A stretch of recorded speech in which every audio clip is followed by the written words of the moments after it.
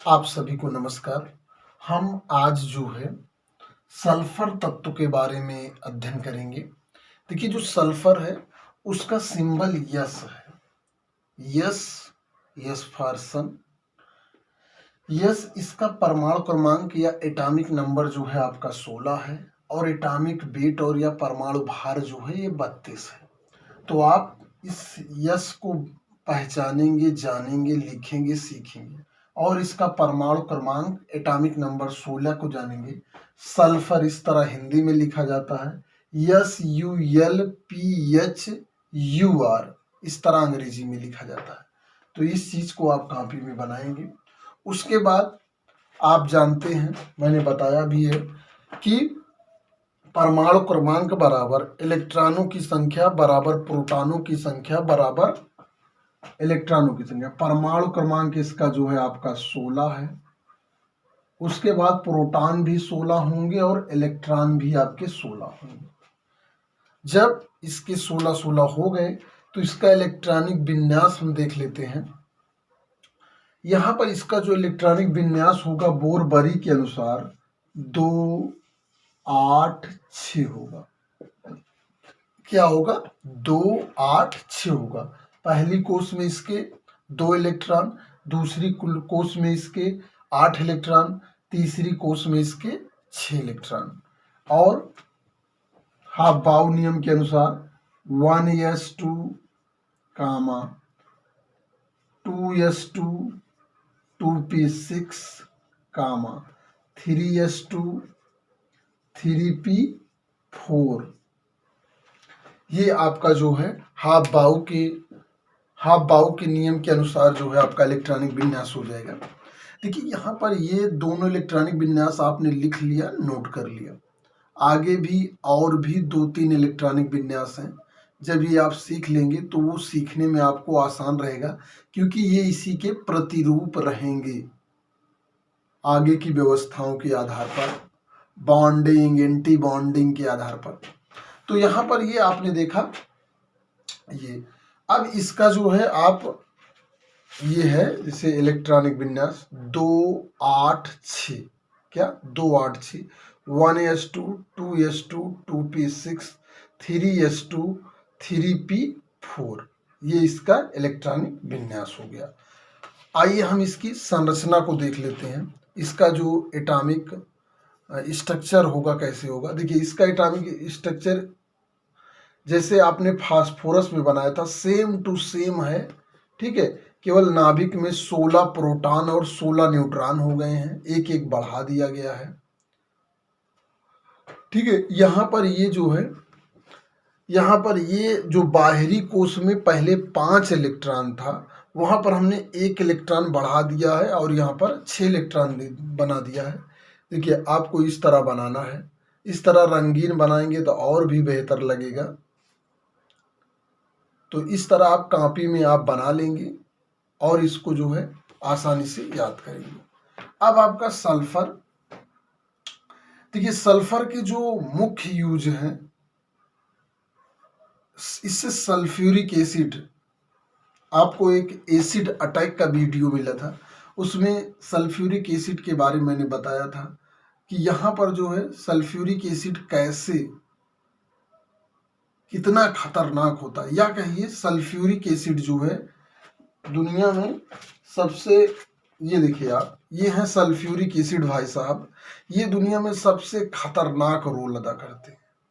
एसिडों में जो है सबसे खतरनाक है। इनका कंसंट्रेट फॉर्म जो है, जो हमारा पूरा, अगर मान लीजिए कंसंट्रेट कहीं पर H2SO4 है और हमारी बॉडी को उसी में डाल दिया जाए तो ज़्यादा से ज़्यादा 4-5 मिनट लगेगा, सब गल के एकदम खत्म, सुलग जाएगा सब। तो ये इतना कंसंट्रेट, इसीलिए केमिकल्स का जो है, जैसे जैसे आधुनिक खोजें हुई, केमिकल का यूज बढ़ता गया, केमिकल पे प्रयोग बढ़ते गए, नए नए प्रोडक्ट्स आए, मनुष्य की दुनिया बहुत सारी बदल गई।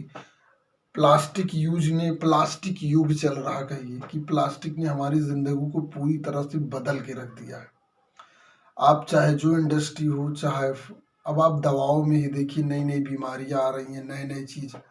और तो यहाँ पर ये सारा कुछ केमिकल्स का देन है। उसमें एक केमिकल है ये भी कंसंट्रेट H2SO4 सल्फ्यूरिक एसिड। देखिए इसमें H2 है, सल्फर 1 है, ऑक्सीजन 4 है। ये सल्फ्यूरिक एसिड एक खतरनाक अम्ल है जो है जो हम इसका यूज इस समय बैन है। बैन होने के कारण, क्योंकि एसिड अटैक से लड़कियों के चेहरे जो है जल जाते थे, ये भी एक घटना है।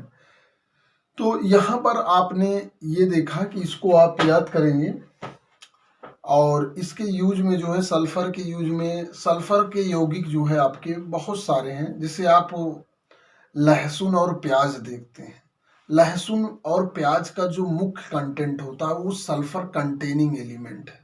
आप जानते हैं जितनी भी सब्जियां जो हैं बनाई जाती हैं घर में, लहसुन और प्याज का जब तक तड़का नहीं देते हैं ना, तब तक जो है वो मज़ा नहीं आता है।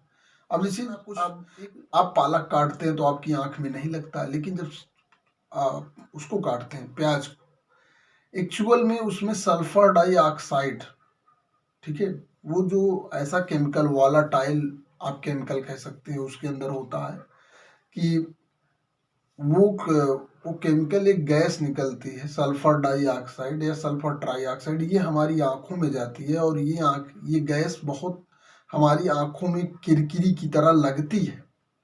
इससे हमारी आंखों में आंसू आ जाते हैं और लोग कहते हैं कि आपको बहुत प्रेम करते हैं इसलिए जो है आंखों में आंसू लग रहा है, आंखों में आंसू आ रहा है।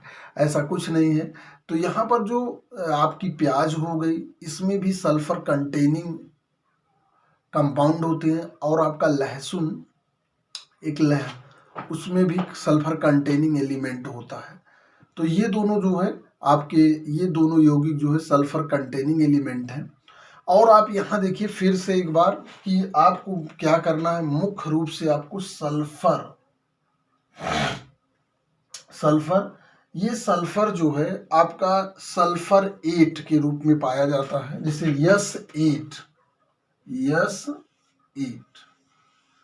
ये इस तरह जो है ये सल्फर आपका पाया जाता है S8, और इसकी संरचना इस तरह आप मान सकते हैं। यहाँ पर सल्फर सल्फर सल्फर, बहरहाल ये सब संरचना बाद की चीजें हैं। यहाँ पर ऐसे ऐसे ऐसे ऐसे करके ये सल्फर इस तरह जो है आपके पाए जाते हैं। सल्फर जो है पौधों को हरा करने में भी डाला जाता है। सल्फर मार्केट में जो है खाद के साथ जो है सल्फर आता है, जो सल्फर डाला जाता है। किसान भाई भी जो है सल्फर से परिचित हैं। तो यहाँ पर बच्चों जो आपके लिए मुख्य रूप से है कि आप सल्फर का सिंबल यस होता है, इसको याद करें। ये सल्फर का सिंबल है, और ये आपका जो है इसका परमाणु क्रमांक जो है क्या होता है, 16 होता है, 16 होता है। और इसका परमाणु भार जो होता है वो आपका 32 होता है। सल्फर इसका नाम है। इसमें इसका परमाणु क्रमांक 16, इलेक्ट्रॉनों की संख्या 16, प्रोटॉनों की संख्या आपकी 16 हो गई, और इसका इलेक्ट्रॉनिक विन्यास जो है 286। ये बहुत महत्वपूर्ण है, इस चीज को याद रखेंगे, 286। उसके बाद 1s2 2s2 2p6 3s2 3p4। ये याद करना, इसे याद करना इसलिए जरूरी है क्योंकि आने वाले टाइम में ये 1s1 का क्या महत्व है, यस का क्या महत्व है, ट्यू का क्या महत्व, इन चीजों को हम अध्ययन करने वाले हैं। ठीक है, एक तरह से आपको गिनती सिखा रहे हैं। बाद में आप समझ लीजिए आपको गिनती छोटी क्लास में सिखाई जाती है, और फिर उसके बाद आपको इतनी कठिन मैथ आपसे करवाई जाती है, क्या बताएं। ठीक है, लेकिन आप बड़ी से बड़ी मैथ को सॉल्व करते चले जाते हैं क्योंकि आपने गिनती और पहाड़ा सीख लिया है। तो आइए एक बार और देखते हैं। 1s2 2s2 2p2 3s2 3p4। तो ये आप जो है कॉपी में अच्छी तरह से नोट करेंगे, जिससे जो है आपको आसानी से चीजें याद हो सकें। और एक चीज, जितने भी तत्व आप पढ़ते जा रहे हैं पीछे वाले, उनको भी दोहराते रहें, क्योंकि प्रकृति में हर चीज दोहराई जा रही है।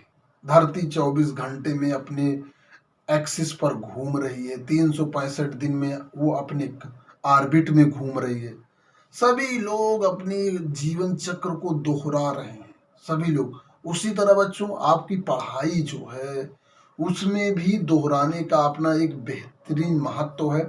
इसलिए जो चीज़ें आप पढ़ चुके हैं, सीख चुके हैं, उसे हमें भूलना नहीं है जब तक कि हम उसको यूज ना करने लगें। जब हम यूज करने लगेंगे तो वो हमें परमानेंटली याद हो जाएगी और फिर याद करना सरल हो जाएगा।